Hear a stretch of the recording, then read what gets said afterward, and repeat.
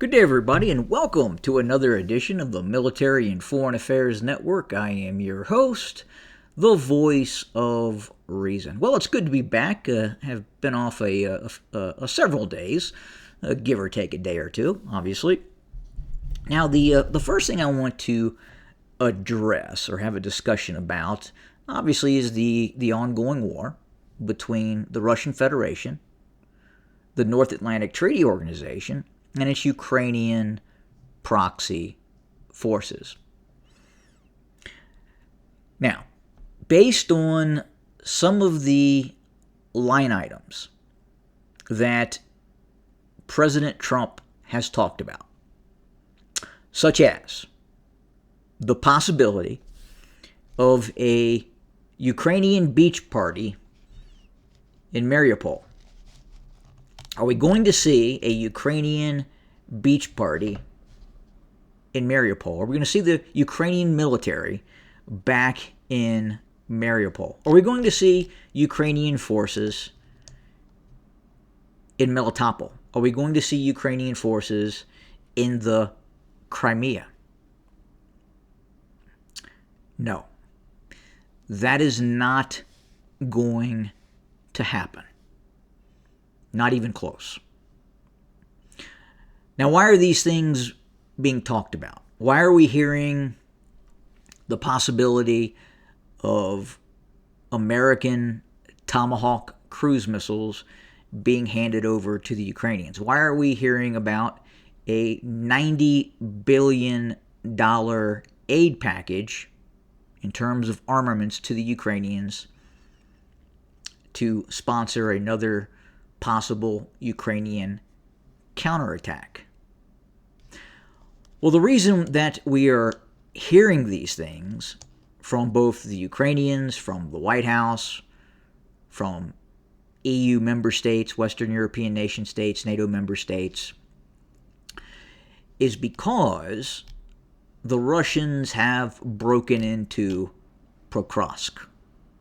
There are now Russian Special Operations Forces, Spetsnaz forces, light infantry units, now operating inside of Pokrovsk. Russian forces have breached the outer defenses of Pokrovsk. Not only that, we have seen Russian forces enter the strategically important town of Kupiansk. This is a fact. Again, Russian light infantry formations are conducting urban close-quarter combat operations inside of Kupiansk. That is ongoing as we speak. There is no Ukrainian counteroffensive. Russia continues offensive operations along the entire line of contact. There is ferocious fighting taking place within the vicinity and northeast of Pokrovsk, where the Russians have created salients, as have, in some cases, some of the limited localized probing attacks by Ukrainian forces as well. But are these limited operations by the Ukrainians going to be a game changer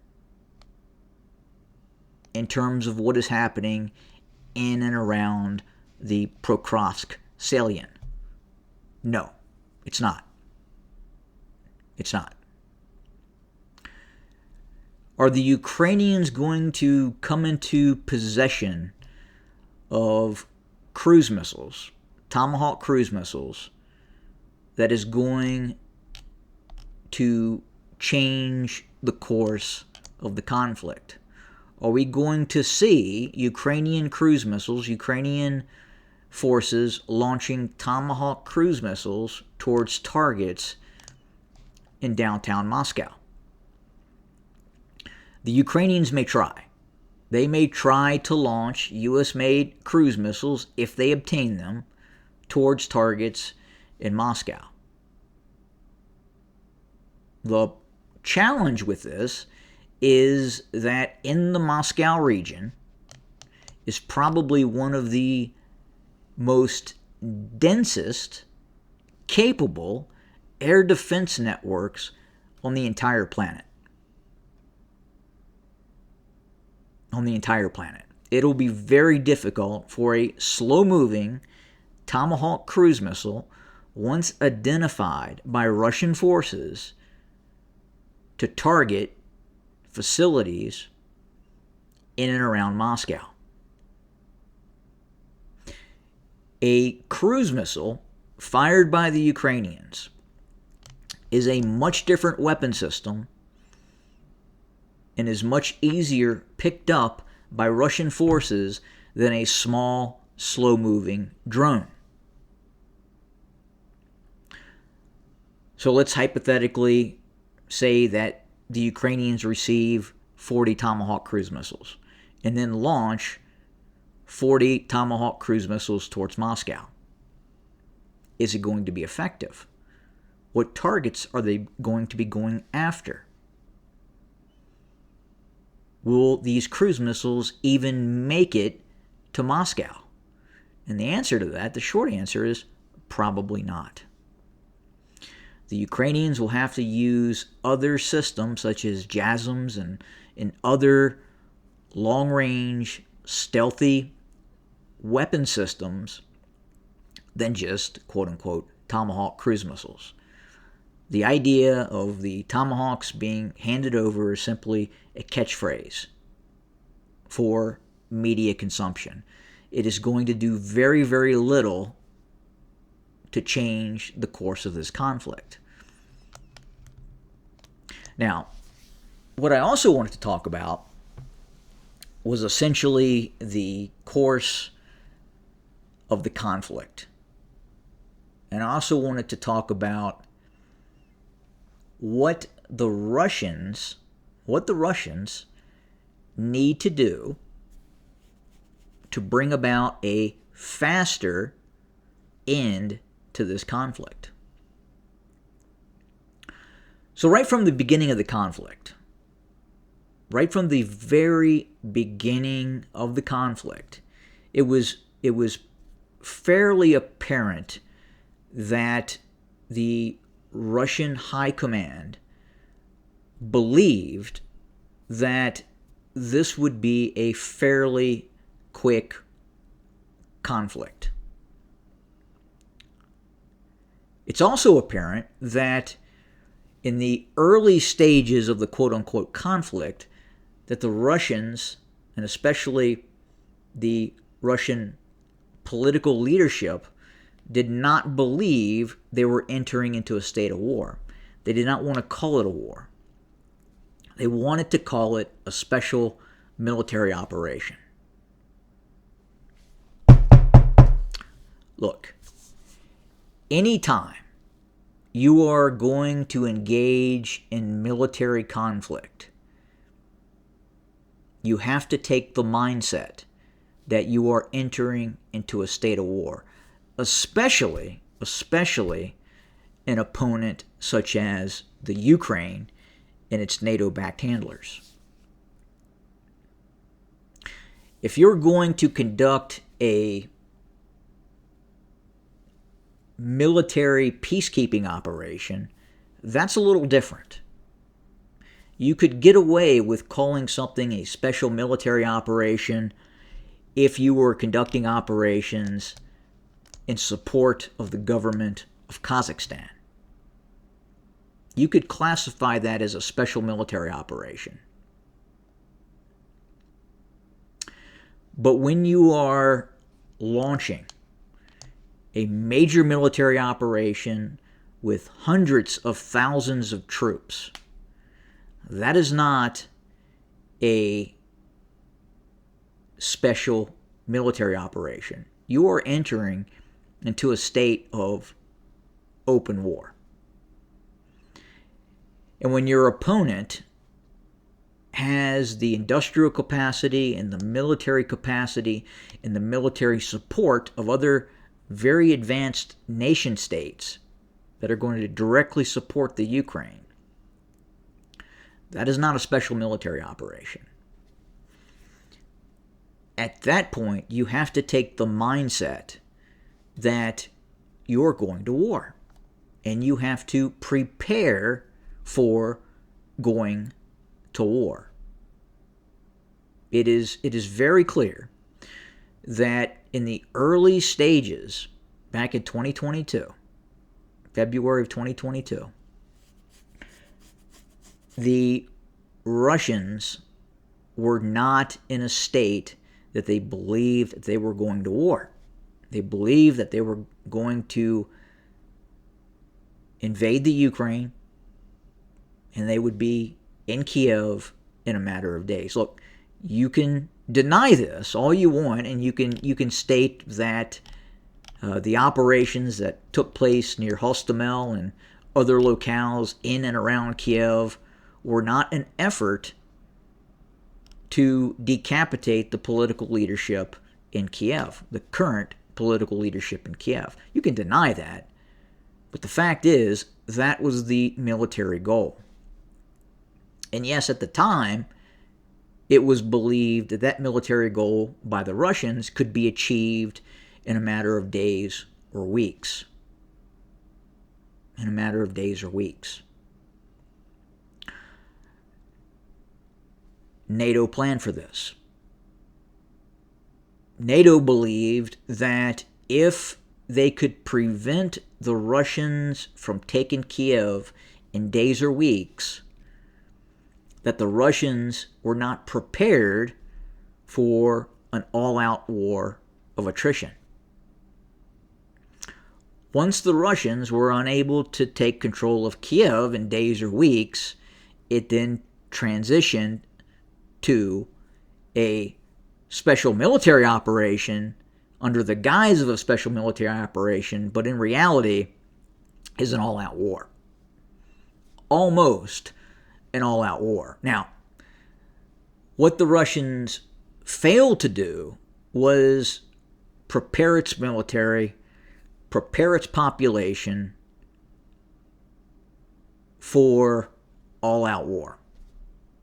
I think at this point, where we're at today in 2025, the Russian population believes it's in a war. If not an all-out war, a fairly significant armed conflict.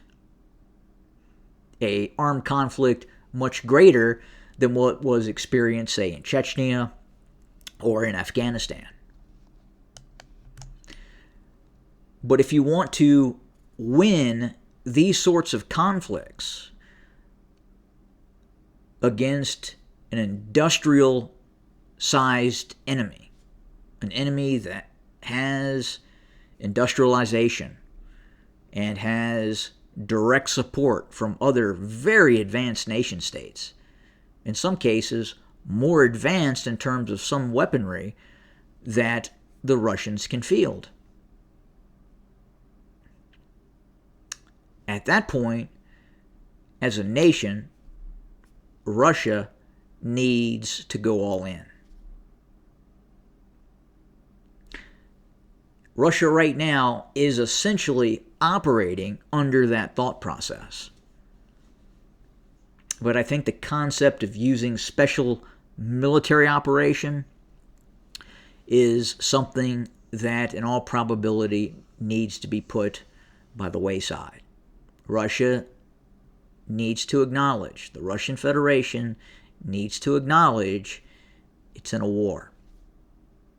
I mean, it needs to message that to its population.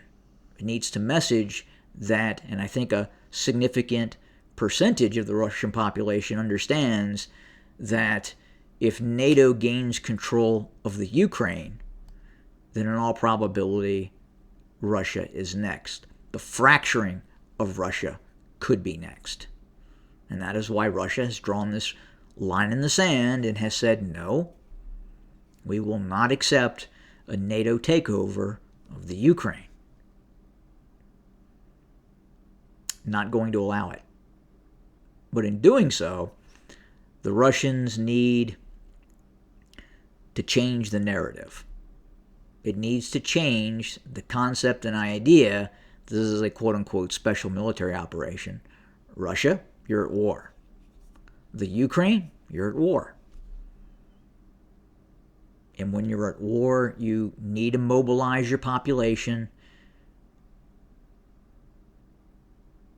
and you need to very rapidly increase both military capacity, mobilization, capabilities, have the ability to identify commanders that may not be performing, sack those commanders, and then bring in new leadership. You have to do that. There has to be a unified chain of command. And I think right now, at least for the Russians and the Ukrainians, are experiencing what this is like.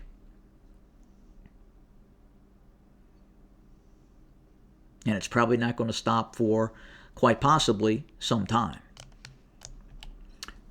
But the war is going to continue. This Russian war of attrition will continue. And at this point, we have no reason to believe that the Russians are going to stop the conflict.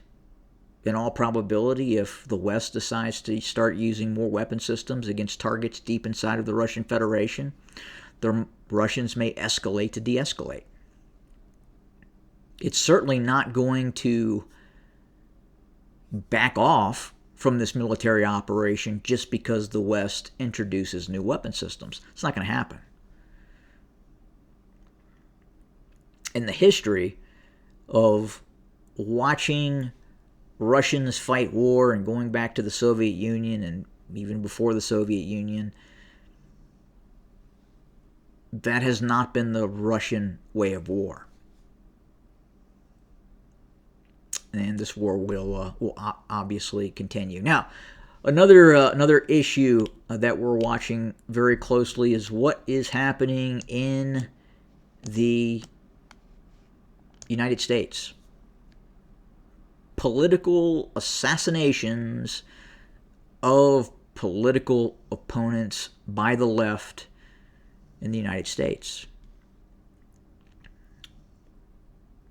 Now look, when you have a political party, the Democrat, when that political party is using a non-stop narrative of calling its political enemies fascists, Nazis, a threat to quote-unquote democracy, you are creating a narrative for your political apparatchiks to take kinetic action. What the Democrats have been doing by calling its political opponents Nazis, fascists, threat to democracy is creating an environment in which they are encouraging political assassinations of their enemies. That is happening. That is ongoing.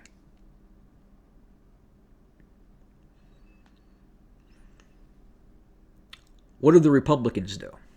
Well, they generally call the left Marxists, communists, socialists.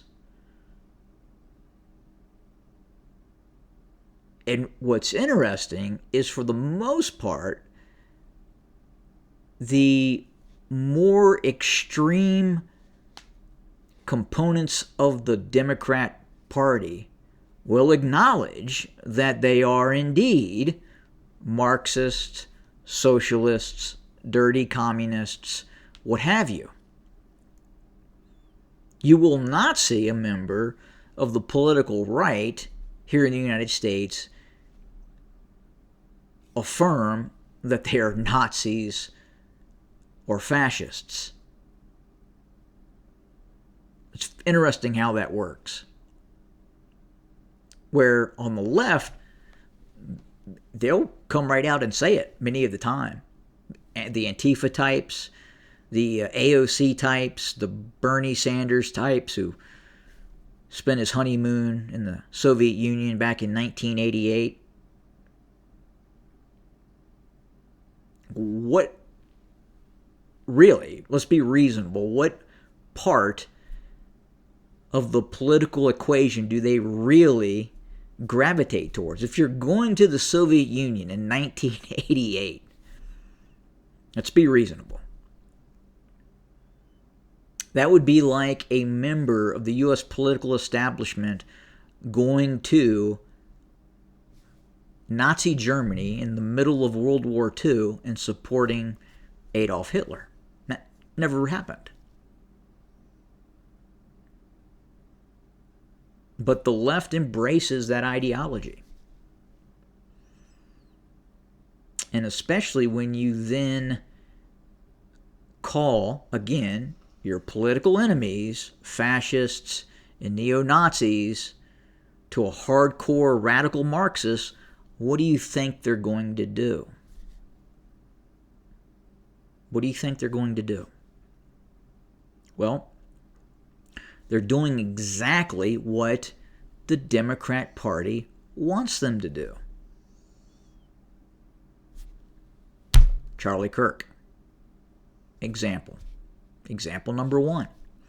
Multiple assassination attempts against the President of the United States. Example 2 and 3. And it will continue to escalate. We are not hearing the Democrats back down in terms of its rhetoric, in terms of creating and shaping a narrative that will encourage their followers to attack and assassinate political opponents. This isn't going to get any better. And as I've talked about before, we are heading into a dark chapter of U.S. history right now. Well, look, it was good to be back. More to come very, very soon. As always, thank you for joining us. Good day.